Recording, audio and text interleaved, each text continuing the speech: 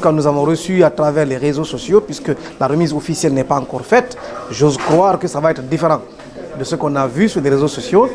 Il se trouve que l'UFDG, par exemple, est en manque, n'a pas satisfait cette exigence. Ce qui fait qu'il se retrouve dans la catégorie des partis mis en observation.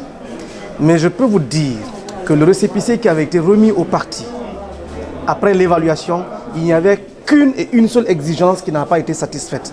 Cheikh Baba Milimouno de l'UFDG. Ok. Vous prenez part à cet atelier de restitution des résultats d'évaluation.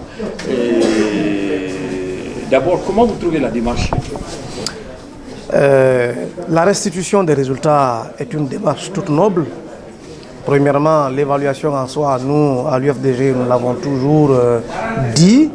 C'est d'ordre normal des choses que le MATD évalue les entités dont il a la charge. C'est à ce titre que nous nous sommes prêtés à l'exercice, parce que nous l'avons trouvé légitime.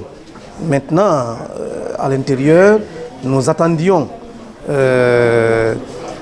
ces résultats-là de l'évaluation. Aujourd'hui, donc, est venu le temps de présenter le rapport.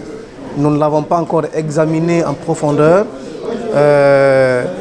La synthèse qui a été présentée pour l'instant, je ne saurais dire si elle est satisfaisante ou si elle laisse à désirer. Mais il y a quand même quelques éléments intrigants.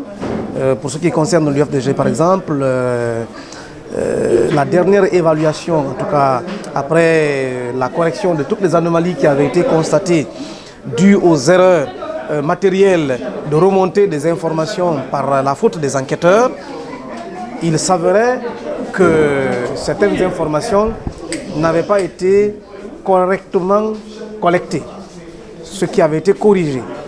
À date, le document que en tout cas, nous avons reçu à travers les réseaux sociaux, puisque la remise officielle n'est pas encore faite, j'ose croire que ça va être différent de ce qu'on a vu sur les réseaux sociaux.